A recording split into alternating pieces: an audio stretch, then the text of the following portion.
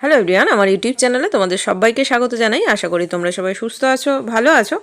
কাল মাধ্যমিক এক্সাম দিচ্ছ তোমরা যারা, তাদের কালকে হিস্ট্রি এক্সাম আছে, তারই সেকেন্ড চ্যাপ্টারের সাজেশন আজকে আমি তোমাদের সাথে শেয়ার করছি 4 আর 8 নাম্বারে। তোমরা জানো যে সেকেন্ড চ্যাপ্টারটা তোমাদের খুবই গুরুত্বপূর্ণ।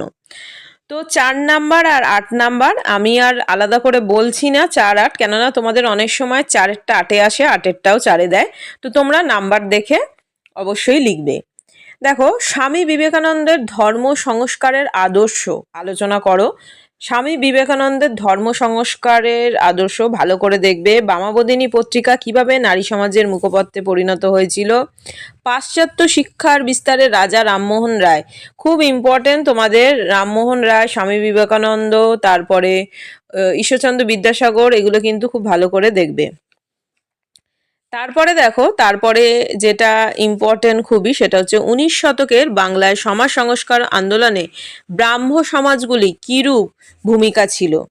ব্রাহ্ম সমাজ খুবই গুরুত্বপূর্ণ, যেগুলো বলছি প্রত্যেকটাই কিন্তু খুবই গুরুত্বপূর্ণ। তোমরা খুব ভালো করে কিন্তু এগুলো দেখে যেও।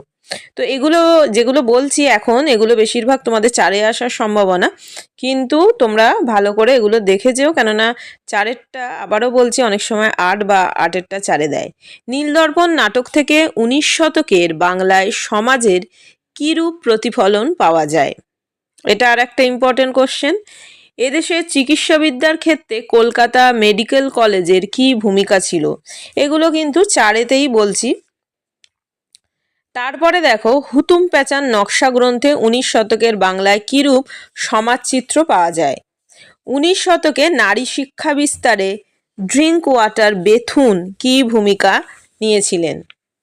তারপরে হচ্ছে নারী শিক্ষা প্রসারে ঈশ্বরচন্দ্র বিদ্যাসাগরের অবদান। ঈশ্বরচন্দ্র বিদ্যাসাগর কিন্তু খুবই ইম্পর্টেন্ট, আবারও বলছি তোমরা কিন্তু এগুলো ঈশ্বরচন্দ্র, রাজা রামমোহন রায়, স্বামী বিবেকানন্দ, এগুলো 8-এও কিন্তু একটু দেখে যেও। গ্রামবার্তা প্রকাশিকায় 19 শতকের বাংলার গ্রামীণ সমাজের কিরূপ ছবি ফুটে উঠেছে। তারপরে উডের যে নির্দেশনামা টিকা, খুব ভালো করে এটা দেখে যাবে। তারপর হচ্ছে হিন্দু প্যাট্রিয়ট পত্রিকা কিভাবে নীল বিদ্রোহের মুখপত্রে পরিণত হয়েছিল। রাজা রামমোহন রায়ের নেতৃত্বে সতীদাহ প্রথা বিরোধী আন্দোলনের সংক্ষিপ্ত বিবরণ দাও। ব্রাহ্ম সমাজের আন্দোলনে কেশবচন্দ্র সেনের অবদান আলোচনা করো। লর্ড মেকলে কে কি এদেশে পাশ্চাত্য শিক্ষার প্রবর্তক বলা যায়, ভালো করে পড়ো। আচ্ছা, রাজা রামমোহনের নেতৃত্বে সতীদাহ প্রথা বিরোধী আন্দোলনের সংক্ষিপ্ত বিবরণ দাও। 19 শতকে বাংলায় নারী শিক্ষা বিস্তারে রাজা রাধাকান্ত দেব কিরূপ ভূমিকা গ্রহণ করেছিলেন। তারপর হচ্ছে ব্রাহ্ম সমাজ কিভাবে 2বার বিভক্ত হয়েছিল। লালন ফকিরের গানে কিভাবে সর্বধর্ম সমন্বয়ের আদর্শ ফুটে উঠেছে, বা তোমাদের টিকাতেও দিতে পারে লালন ফকির। পাশ্চাত্য শিক্ষা বিস্তারে ডেভিড হেয়ার কিরূপ ভূমিকা গ্রহণ করেছিলেন। তারপরে ইয়ম বেঙ্গল আন্দোলন একটু দেখে যেও, টিকা হিসাবে অনেক সময় দেয়। ভারতে পাশ্চাত্য শিক্ষা বিস্তারে খ্রিস্টান মিশনারিদের অবদান আলোচনা করো। এরপর যেগুলো বলছি সেগুলো হচ্ছে 8-এর জন্য।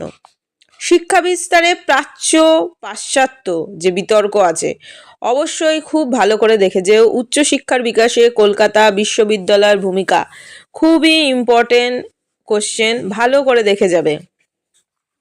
ওই যে প্রাচ্যবাদী পাশ্চাত্যবাদী বিতর্কেতে মেকলে মিনিটস ওগুলো আছে, খুব ভালো করে এগুলো কিন্তু দেখবে তোমরা। তারপরে যেটা খুব ভালো করে দেখবে সেটা হচ্ছে বাংলার নবজাগরণ। এই নবজাগরণের যে সীমাবদ্ধতা সেইগুলোও দেখে যাবে। তারপর হচ্ছে বিদ্যাসাগরের নেতৃত্বে বিধবা বিবাহ আন্দোলনের পরিচয় দাও। বিদ্যাসাগর কতটা সাফল্য অর্জন করেছিলেন। তারপরে হচ্ছে 19 শতকে বাংলায় ধর্ম সংস্কার আন্দোলনে রামকৃষ্ণ দেবের ভূমিকা আলোচনা করো, খুব ইম্পর্টেন্ট কোশ্চেন।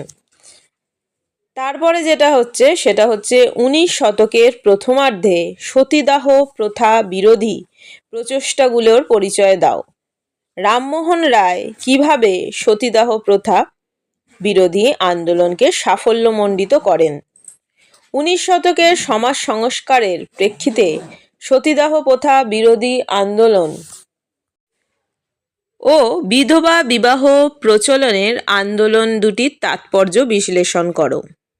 নব্যবঙ্গ গোষ্ঠী কিভাবে উনিশ শতকের ঔপনিবেশিক সমাজের সমালোচনা করেছিল। প্রত্যেকটা যে কোশ্চেনগুলো বললাম সমস্তটাই কিন্তু খুব খুব ইম্পর্টেন্ট, খুব ভালো করে দেখে যেও। তারপরে হচ্ছে উনিশ শতকের প্রথমার্ধে সতীদাহ প্রথা বিরোধী প্রচেষ্টাগুলির পরিচয় দাও। রামমোহন রায় কিভাবে সতীদাহ প্রথা বিরোধী আন্দোলনকে সাফল্যমণ্ডিত করেছিল। তোমাদের কিন্তু বারবার বলছি সেকেন্ড চ্যাপ্টারটা এবারে কিন্তু খুব খুব ইম্পর্টেন্ট, ওই জন্য এখন যে কোশ্চেনগুলো বললাম এগুলোর কিন্তু একটাও তোমরা মিস করো না। কিন্তু বারবার বলছি নাম্বার দেখে কিন্তু তোমরা লিখবে।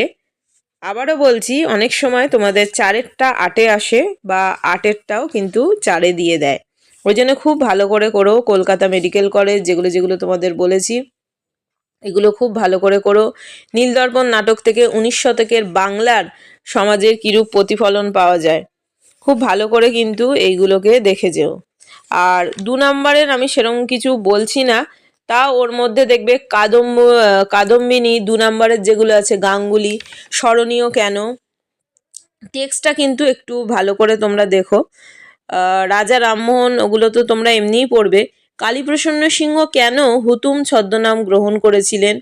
2 নম্বরের জন্য তোমাদেরকে তো আরেকটু বেশি পড়তে হবে, এগুলো অনেক আছে। শ্রীরামপুর ত্রয়ী খুব ইম্পর্টেন্ট একটা 2 নম্বরের কোশ্চেন, ভালো করে দেখে যেও। শিক্ষা বিস্তারের শ্রীরামপুর ব্যাপটিস্ট মিশনের ভূমিকা, হরিনাথ মজুমদার স্মরণীয় কেন, এইগুলো কিন্তু ভালো করে একটুখানি দেখে যেও। 19 শতকে বঙ্গীয় নবজাগরণকে কলকাতা কেন্দ্রিক জাগরণ বলা হয়েছে কেন। লালন ফকিরের গানে কিভাবে মানব ধর্মের জয়গান গাওয়া হয়েছে। তো এইগুলোকে খুব ভালো করে একটুখানি 2 নম্বরে অনেক আছে এখানে তোমাদের। ডেভিড হেয়ার স্মরণীয় কেন, ডিরোজিও আছে। এশিয়াটিক সোসাইটি তোমাদের শর্টেও দেয়, কে কি উদ্দেশ্যে স্থাপন করেন খুব ভালো করে দেখে যাবে। 3 আইন বলতে কি বোঝো, এইগুলো। ফোর্ট উইলিয়াম কলেজ কবে কি উদ্দেশ্যে স্থাপন করা হয়। নীলকর সাহেবদের অত্যাচারের বিরুদ্ধে হিন্দু প্যাট্রিয়ট কিভাবে জনমত গড়ে তোলে। এইগুলো কিন্তু উডের নির্দেশনামা তো আগেও বলেছি। তারপর তোমাদের যে ফিল্টারেশন থিওরি, এইগুলো। নববিধান কি, স্কুল বুক সোসাইটি কেন প্রতিষ্ঠিত হয়। 2 নম্বরের জন্য নব্যবঙ্গ গোষ্ঠী, বাংলার নবজাগরণ তো এমনিই তোমরা পড়ছো। তারপর লর্ড হার্ডিঞ্জের শিক্ষা বিষয়ক নির্দেশনামা কেন গুরুত্বপূর্ণ, এগুলো। সমাজ সংস্কারের নব্যবঙ্গদের ভূমিকা, মধুসূদন গুপ্ত স্মরণীয় কেন। তারপর হচ্ছে ভারতবর্ষীয় ব্রাহ্মণ বিভক্ত হলো কেন, এটা তো তোমরা ব্রাহ্ম সমাজ এমনিই পড়ছো। মেকলে মিনিটস তো ব্রড কোশ্চেনের মধ্যে পেয়ে যাচ্ছ, মেকলে মিনিটস দেখবে। বাংলা নারী শিক্ষা বিস্তারে এমনি ব্রটে পড়ছো, রাজা রাধাকান্ত দেবের ভূমিকা 4-এ, ওখান থেকে আশা করি 2-এরগুলোও তোমরা লিখে নিতে পারবে। তো আজকে এত অবধি শেয়ার করলাম।